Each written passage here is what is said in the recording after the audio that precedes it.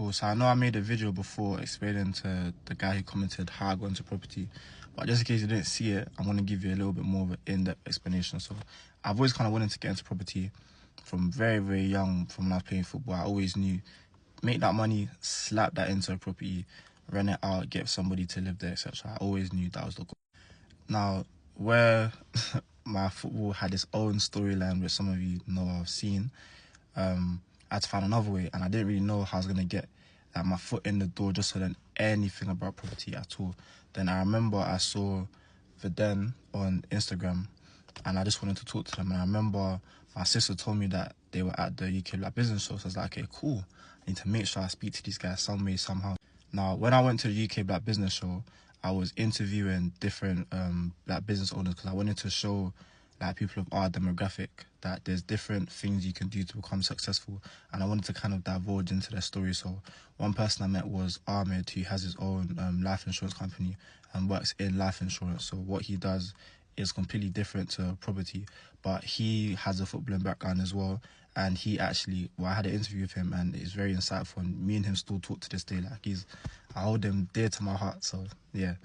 Now with Viden, I actually found them and I spoke to them, and I just interviewed them. And when they were telling me about what they did, I was like, yeah. Like because when I'm interviewing them, this is the first time I'm actually speaking to them. So when they're telling me stuff, I'm thinking, okay, this is good information. Like I really wanna, this is something I really wanna do. So when he's told me about the crash course they have in a couple of weeks, it was a little pricey. I can't lie, it was a little pricey. I'll be transparent, it was 1.5 to do, which, to be fair, compared to some others, is actually quite cheap when you consider everything that I actually learnt, because there was various strategies that I learnt on the 2-day crash course from BRR.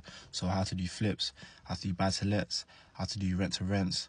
That there was so much free information and contracts that they gave us that if I didn't get it from them, I would have had to pay a lot more somewhere else to get it. So it was I can't lie, it was money well spent.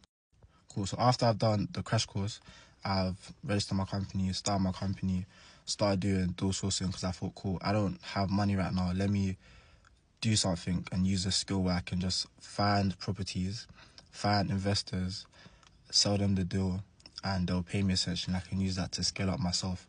And then I realized I want to manage as well. Like, that was always part of my plan to manage.